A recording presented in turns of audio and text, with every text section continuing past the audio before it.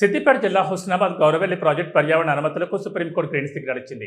దీంతో ఎన్నో ఏళ్లుగా నిలిచిపోయిన గౌరవెల్లి ప్రాజెక్టు పూర్తిస్థాయి నిర్మాణానికి ఎట్టకేలకు మోక్షం లభించింది.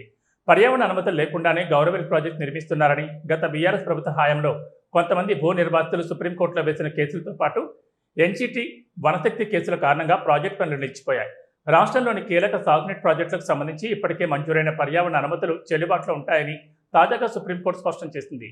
దీంతో 95% పూర్తయిన గౌరవెల్లి ప్రాజెక్టు పూర్తిస్థాయి నిర్మాణానికి మార్గం సుగమమైంది. 8.23 టీఎంసీల సామర్థ్యంతో నిర్మిస్తున్న గౌరవెల్లి ప్రాజెక్టు పూర్తయితే 1,20,000 ఎకరాలకు పైగా సాగునీరు అంది హుస్నాబాద్ ప్రాంతం సస్యశ్యామలం కానుంది. ప్రాజెక్టుకు సుప్రీంకోర్టు గ్రీన్ సిగ్నల్ ఇవ్వడంతో హుస్నాబాద్ అంబేద్కర్ చౌరస్తాలో కాంగ్రెస్ నాయకులు టపాసులు కాల్చి సంబరాలు జరుపుకున్నారు. అంబేద్కర్ విగ్రహానికి పూలమాలలు వేసి మిఠాయిలు పంపిణీ చేశారు. ప్రజాప్రభుత్వం మంత్రి పొన్నం ప్రభాకర్ కృషితో సుప్రీంకోర్టులో ప్రాజెక్టు నిర్మాణానికి అనుమతి లభించి మార్గం సుగమమైందని సంతోషం వ్యక్తం చేశారు.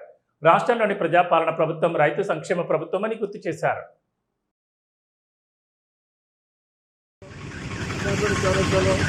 అంబేద్కర్ గారి విగ్రహం ముందు, భారత రాజ్యాంగ నిర్మాత గారి విగ్రహం ముందు మనం ఉన్నాం.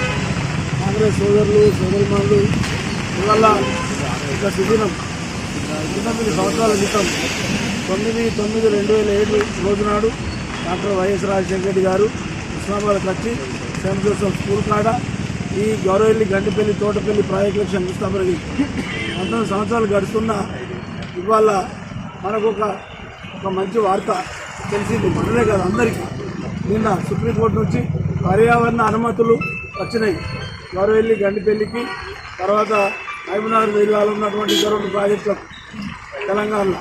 అంటే ఇవన్నిటి వల్ల మన రాష్ట్ర ప్రభుత్వం ఏదైతే ప్రజాప్రభుత్వం రేవంత్ రెడ్డి గారి నాయకత్వంలో ముఖ్య కారణం మన ఏదైతే రైతన్నల చిరకాల స్వప్నం ఇది.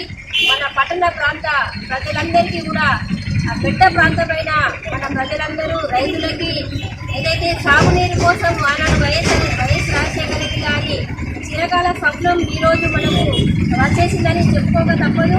ఏదైతే పర్యావరణానికి సంబంధించి మనకి ఏదైతే నీళ్లు నింపడానికి గంటిపల్లి గౌరవెల్లి ప్రాజెక్టు ఉండడం వల్ల మనకు మన హుస్నాబాద్ ఎల్లమ్మ చెరువులు అయితేనేమి, తర్వాత చుట్టుపక్కల ఉన్న చెరువులలో, కుంటలలో, అలాగే బావులలో నీళ్లు ఎక్కువ ఉండడం వల్ల రైతులకు చాలా మంచి దిగుబడి, పంట తీసి దిగుబడి వచ్చే అవకాశం ఉంటుంది. కాబట్టి రైతన్నలు కూడా చాలా సంతోషపడే